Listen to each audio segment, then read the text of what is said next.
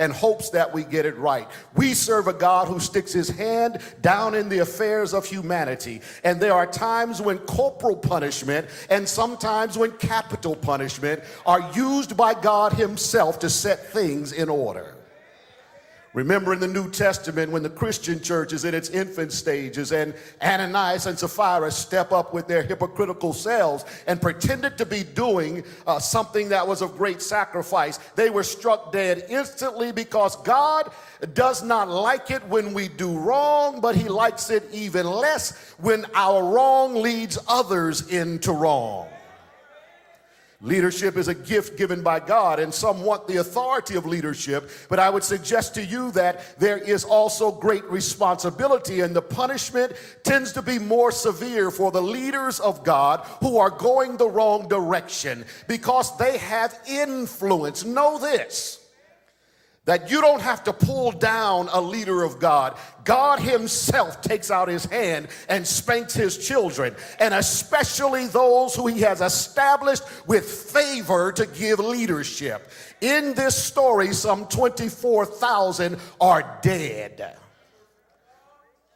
How did this one happen? Let me read it. 25th chapter, book of Numbers, verse 1. While Israel was staying in the acacia grove, the people began to have sexual relations with the women of Moab. The women invited them to the sacrifices for their gods, and the people ate and bowed in worship to their gods. So Israel aligned itself with Baal of Peor, and the Lord's anger burned against Israel. The Lord said to Moses, take all the leaders of the people and execute them in broad daylight before the Lord, so that his burning anger may turn away from Israel. So Moses told Israel's judges, kill each of the men who aligned themselves with Baal of Peor. An Israelite man came bringing a Midianite woman to his relatives in the sight of Moses and the whole Israelite community while they were weeping at the entrance of the tent of the meeting. When Phinehas, son of Eleazar, son of Aaron the priest, saw this, he got up from the assembly, took a javelin or a spear in his hand, ran after the Israelite man into the tent, and drove it through both the Israelite man and the woman, through their belly. Then the plague on the Israelites was stopped. But those who died in the plague numbered 24,000. Remember now in 1 Corinthians it talks about 23,000. The reality is that 1,000 of them were leaders who were not only killed, but they were hung on the outskirts of the encampment as an example. And the other 23,000 died by way of plague. The Lord spoke to Moses, Phinehas, son of Eleazar, son of Aaron the priest, has turned back my wrath from the Israelites. Why? Because he was zealous among them with my zeal, so that I did not destroy the Israelites in my zeal. Therefore declare, I grant him my covenant of peace. It will be a covenant of peace, perpetual priesthood for him and his future descendants, because he was zealous for his God and made atonement for the Israelites. This is some serious story where 24,000 die because of sinful activity, and it stayed because there is someone who stood up and with zealousness, God's earnest zealousness, did something about the problem. What are you talking about today? Well, let's go back and remember that we have a scenario here where Israel had been warned for some 40 years about being faithful to God. They had recently experienced the death of some 15,000 because of unfaithfulness to God.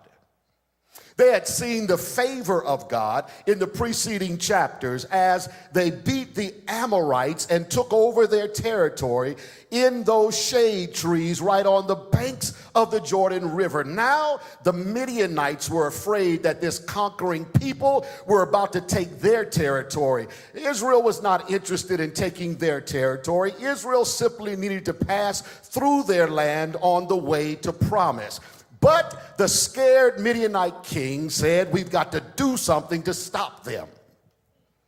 His plan was to call in a man that we know, Balaam. Balaam is a true prophet, and if we pay Balaam enough money, he will go and curse the people of Israel for us, and we can win. You recall that Balaam had a degree of holiness because he said, well, I'd like to be able to do that for you, but I can only say what God tells me to say. The king kept pressing him, Balak, and he said, I will pay you more money than you have ever seen. And by the way, in the book of Jude, we are warned not to be like Balaam, who gave in to his greed. 4 times Balaam opens his mouth, and instead of cursing Israel, he blesses Israel, declaring what the Lord said. But according to the book of Jude, at some point, Balaam came back and said, I couldn't curse them, but I have another plan. As a matter of fact, in Numbers, the 31st chapter, we are told that it was Balaam who convinced the Midianites to use a different plan other than cursing out the people of God. He said, send your women over there. And their defenses will be broken down to the extent that God will be angry at them. And the only way you can beat them is if God withdraws his hand of protection and favor from them. And the only way to get God to withdraw his hand is to get them to make the choice to leave their God. What could not be done by conquering armies with spears and with swords and with chariots and horses was easily accomplished by some fine Midianite women. Began to make their way into the camp of Israel. Read the inspired pen sometimes on it. And Israel was tired of looking at the same women for 40 years. Tired of it. Some fresh looking women who smelled nice started walking in, and at first it was just a matter of conversation, but conversation began to grow into closer relations, and they started having sex with them. I said sex. Did I say the word sex? Sexual relations with them, with these fine women. And it was only a small step from sleeping with them to worshiping with them. At time I would preach on that a little bit today, but I don't have time for that. I will tell you that Israel, for what they were getting out of it, what the men were getting, were willing to sacrifice what they had.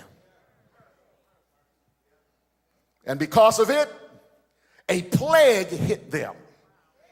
I don't know what the plague was. All I know is that it was a fatal plague because people were dropping like flies. Moses steps up.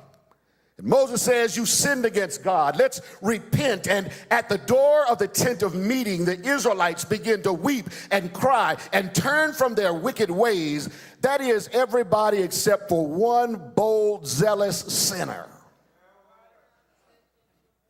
The Talmud gives some explanation as to what happened. The Talmud says that literally what this guy, who was in charge of the whole tribe of Reuben, grabbed him a fine Midianite woman who was part of a high-class clan in Media. And the two of them come up first to Moses. This is what the Talmud says in Jewish oral law that is written down for our perusing. It says that he brought him up to Moses and said, this is my Midianite woman. Can I sleep with her? And according to the Talmud, Moses doesn't answer because Moses knows what he's saying. Moses is now faced with having to answer, is it okay to sleep with a Midianite woman? Remember, Moses had married a Moabite woman. This is the Talmud talking now. Take it or leave it. And he was basically saying, because Ellen White says the people still wanted to go back, and they were mad at Moses, blaming him for the death of all of those people. And he says, can I sleep with her? He then turns around and